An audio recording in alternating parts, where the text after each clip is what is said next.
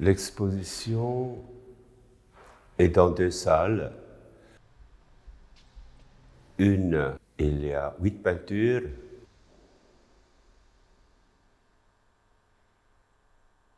L'autre avec les dessins.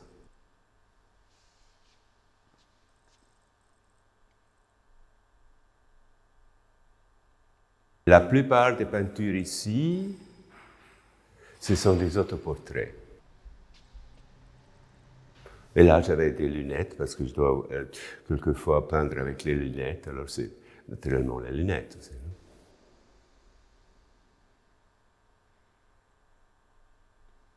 Mais il n'y a pas de couleur. Mais bon, ça dépend. Pour moi, c'est, par exemple, cette peinture-là à gauche, elle a beaucoup de couleurs. Parce que tout ce qu'on met dedans sort dans la peinture.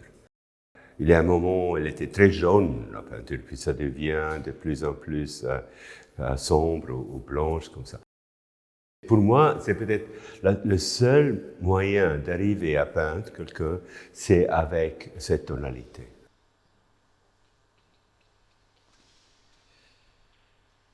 Ce qui est important, c'est que tout doit être encadré, doit être ouvert.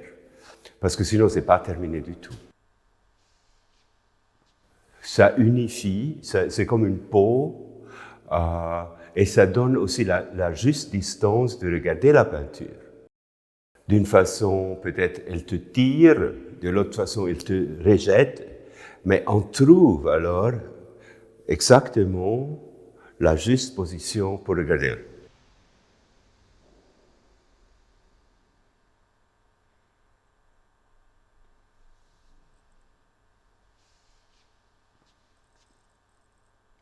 Chaque dessin a son histoire. Pour cette exposition, j'étais à Rio. J'ai une chambre là où il y a la terre par terre. Et c'est là où je fais des dessins. Alors il y a des montagnes et le vent et puis d'autres choses. 88 dessins.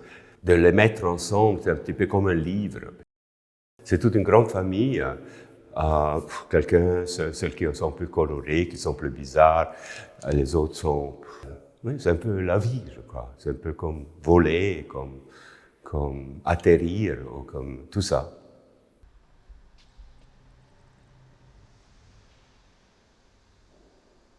Et toute cette transformation qui est connectée à une histoire, c'est ça que j'adore faire avec les dessins.